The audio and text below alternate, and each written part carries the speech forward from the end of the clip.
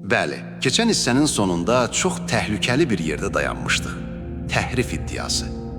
Quranda aşkar dəlil tapmayan və əvvəlki kitablar iddiasını da yetərsiz görən bəzi qruplar dedilər ki, əslində Əlinin imaməti ilə bağlı ayələr Quranda var idi. Amma Əbu Bəkir və Ömər o ayələri Qurandan çıxardılar. Bu bütövlüklə İslamın, Quranın qorunması inancının kökünə balta vurmaqdır. Axı Allah zikri biz nazil etdik, biz qoruyacağıq deyir. Belə bir iddiaya elmi mühit necə reaksiya verib?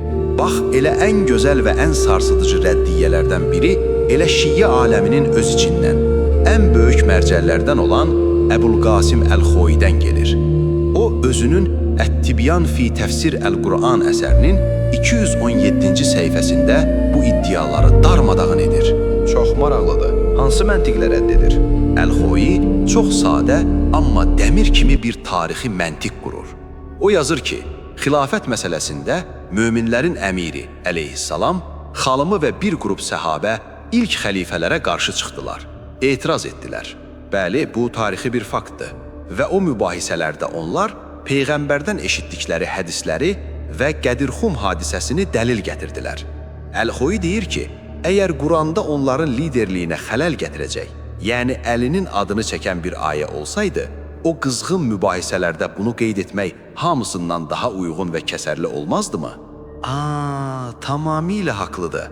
Əgər Quran ayəsi var idisə, niyə hədisdən dəlil gətirsinlər ki? Ən böyük dəlil elə o ayəni oxumaq olardı. Ay sağ ol. Əl-Xoi yekunlaşdıraraq deyir ki, nə xilafətin başlanğıcında, nə də Əli əleyhissalam özü xəlifə olduqdan sonra heç bir səhabənin belə bir ayəni qeyd etməməsi həmin təhrifin, yəni ayə çıxarılmasının qətiyyən baş vermədiyinə ən böyük sübut. Bu doğrudan da hər şeyi bitirən bir argumentdir. Yəni Əlinin özünün istifadə etmədiyi xəyali bir Quran ayəsini 100 illər sonra kimsə iddia edə bilməz və bu reallığı bugün ən cəsarətlə dilə gətirənlərdən də Kamal Əl-Heydəridir. Onun öz rəsmi səhifəsində və çıxışlarında çox məşhur bir etirafı var. O deyir, sizin Quranın içində belə bir aşkar dəlil tapmağınız qətiyyən mümkün deyil. Hətta 7-ci deyil, 14-cü səma qatına da qalxsanız, 9-cu yerin altına insəniz də belə bir dəlil tapmazsınız. Çox kəskin və birmənalı ifadədir. 14-cü səma qatına qalxsan delə. O, sözünü belə bitirir. Ancaq desəniz ki, Mehdinin əlində başqa bir Quran var və o onu ortaya çıxaracaq, bu isə tamamilə başqa, absurd bir müzakirə mövzusudur.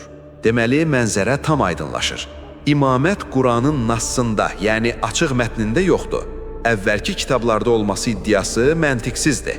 Ayələrin çıxarılması, yəni təhrif iddiası isə həm İslama ziddir, həm də Əl-Xoi tərəfindən tarixi olaraq rədd edilib. Bəs onda bütün qapılar bağlandıqdan sonra əllərində heç bir yol qalmadıqda bəzi cərəyanlar nə etdilər, nəyə tutundular? Bax, ən son sığınacaq batini bənalar, yəni ezoterik, gizli təfsirlər oldu. Zahirdə yoxdur, amma batinində var fəlsəfəsi və Şeyx Ət-Tusinin Quranı necə tapmacadan xilas etməsi. Gəl, bu böyük bəhsin son pərdəsini 5-ci hissəmizdə bağlayaq.